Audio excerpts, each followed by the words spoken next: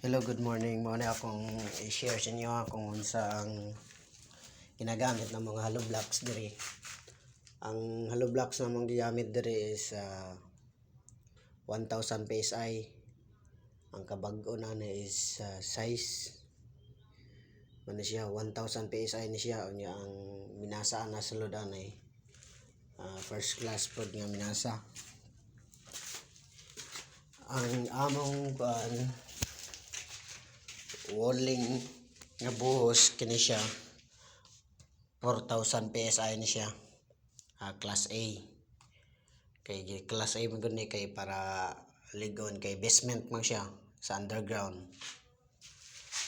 Ang dahil sa division ng hollow blocks mong gigamit ni siya 500 PSI ni siya. Ang minasaan ni is class B. Ang iyang timplada sa iyang hollow.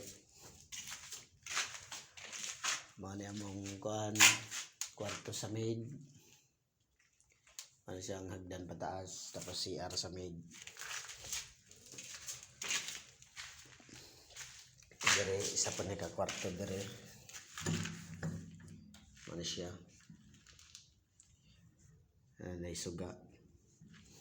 Kani siya tunnel ni siya padulong ni siya sa pikas balay. Padulong ni dito kay duha man ni ka balay magkita sila sa sulod. Siya laos na siya dira. Laos na siya pikas, laos pa diri sa guest house.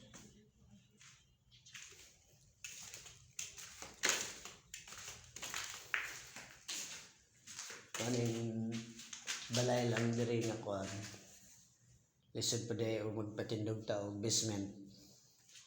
Tapos ang gamit na to nga hollow blocks dili siya quality. Gamay lang siya kini siya ang gamit na mo ani 1000 PSI ni siya. Ang likodan ni gi-plaster, pag mag-plaster waterproofing,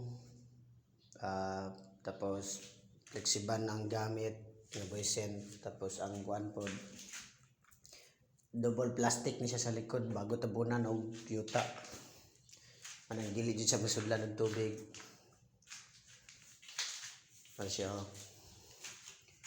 kini naman ni siya waterproofing kana.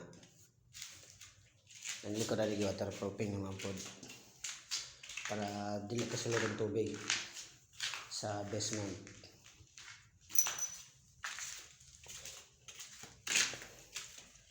Dako na siya nga balay. Ang sukatan is 11 meters by 12 meters ang kalapad.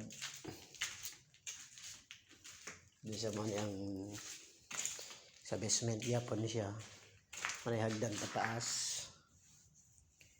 saka sa first floor ang CR,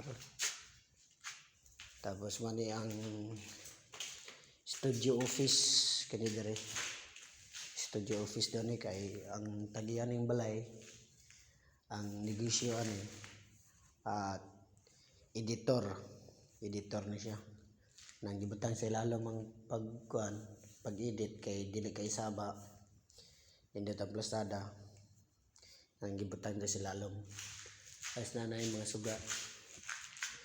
Kini siya exit fire pataas na siya padulong sa taas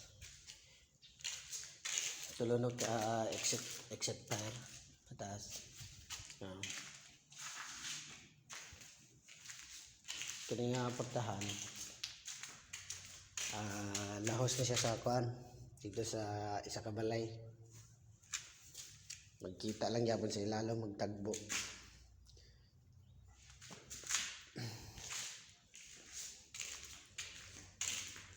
Direct sa pikas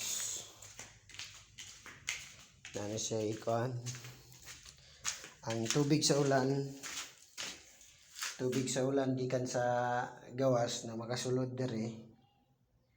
diri mo agi dara siya. Di mo agi siya. Di mo stock dili siya mosulod sa flooring. Tapos suyopon na siya sa sadmer pasaka man yung sadmer. Oh. Suyopon na siya padulong sa taas para walay tubig may stock dere. Mani ang silbing septic tank niya. Tangke sa tubig sa ulan. Lagikan si yuta dire mag naog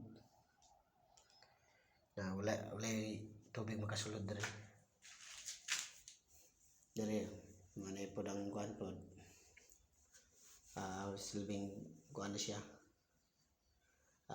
biniga butangan og mga gamit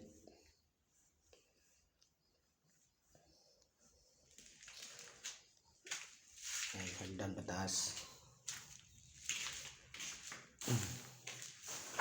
Ang gamit na mo diri is steel door ang gamit na mo diri. Ano siya? Steel door. Dalam pasaka sa first floor.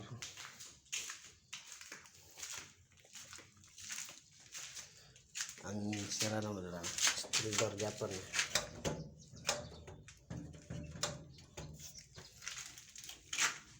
Dalam pasaka sa exit fire ni siya nga kuan. Mahalan to, daghan salamat og mayong adlaw sa tanan.